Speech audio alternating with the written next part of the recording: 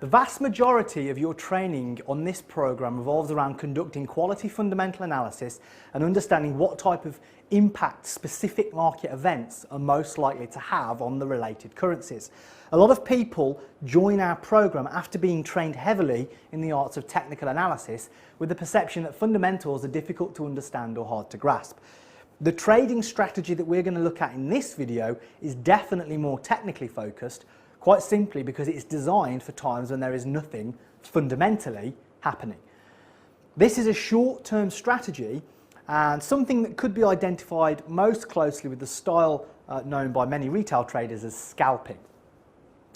The reason we included this here is because some professional traders do take technical levels into consideration, and if you spend any time watching them, you will notice how effective they can be as the price reacts and bounces off them time and again.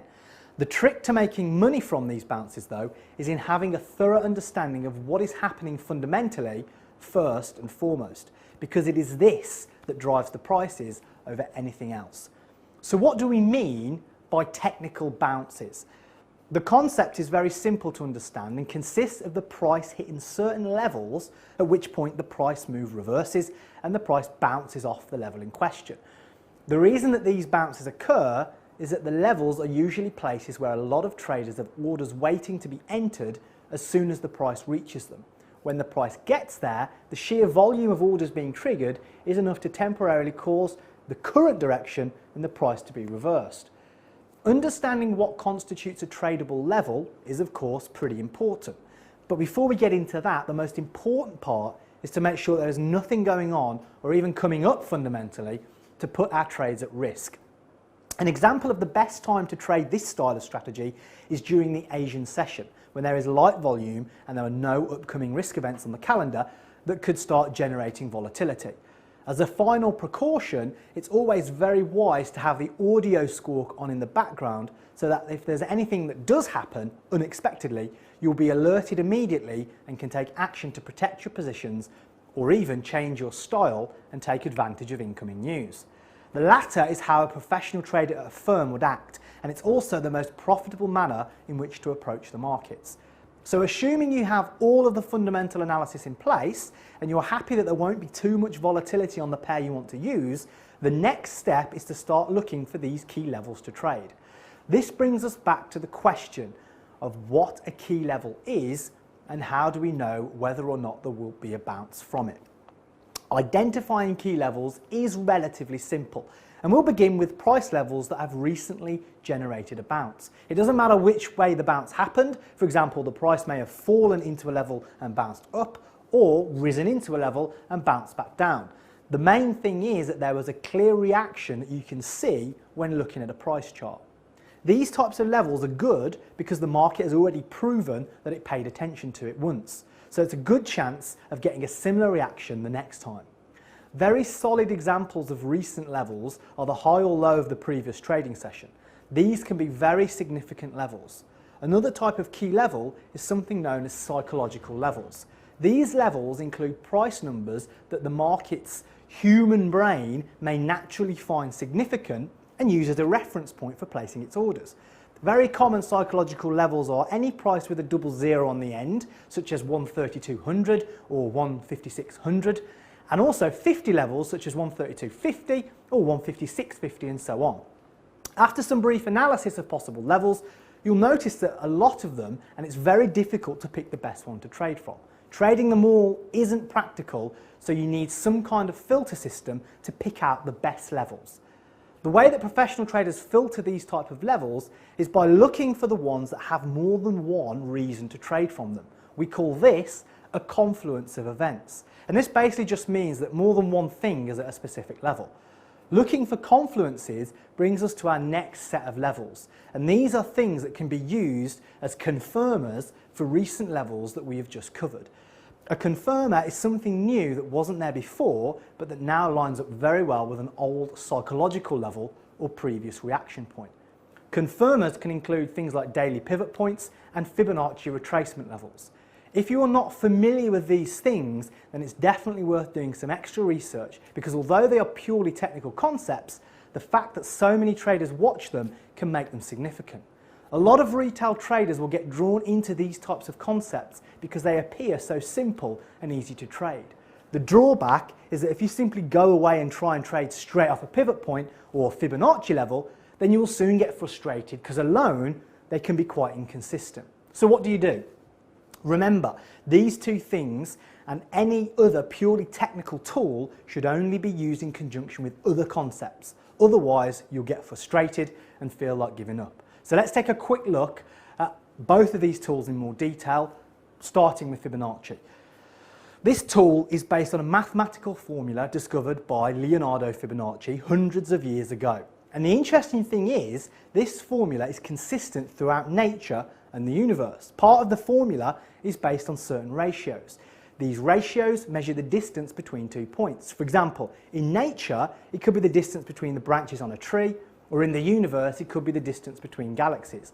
These Fibonacci ratios occur in a surprising and unrelated number of things in the real world, which of course has led to great fascination.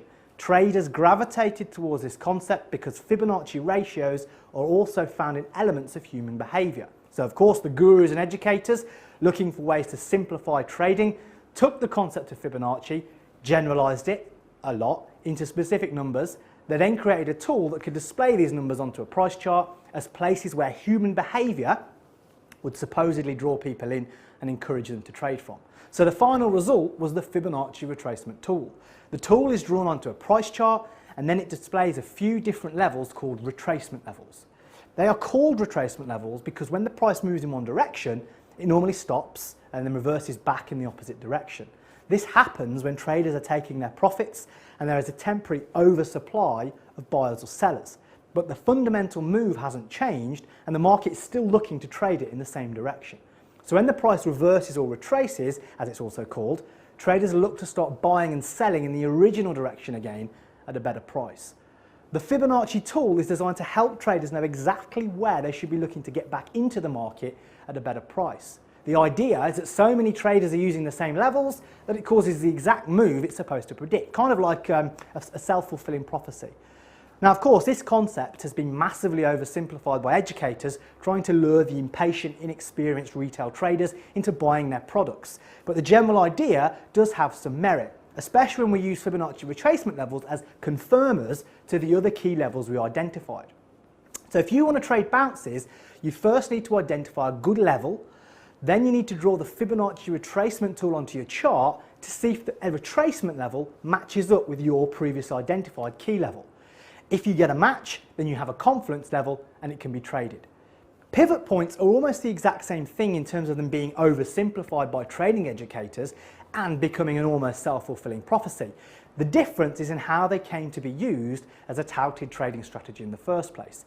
The story of pivot points began in the old exchange trading pits in the US decades ago, when the image of lots of traders wearing funny looking jackets would be crammed in a room shouting at each other.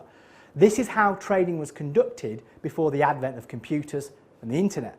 At this time, traders didn't have charts and they didn't have access to up-to-the-minute streaming news. But they did have the advantage of seeing what all the other traders in the market were buying and selling because they were standing next to them. So each day, these traders would note the opening price on the day before and also the closing price and maybe the high and the low that the price is made. They would then do some simple calculations and come up with the prices that could be used as a very rough guide for where the price could be expected to move in the upcoming session. They then watched the market, and when the price moved close to these levels, they initiated trades based around them.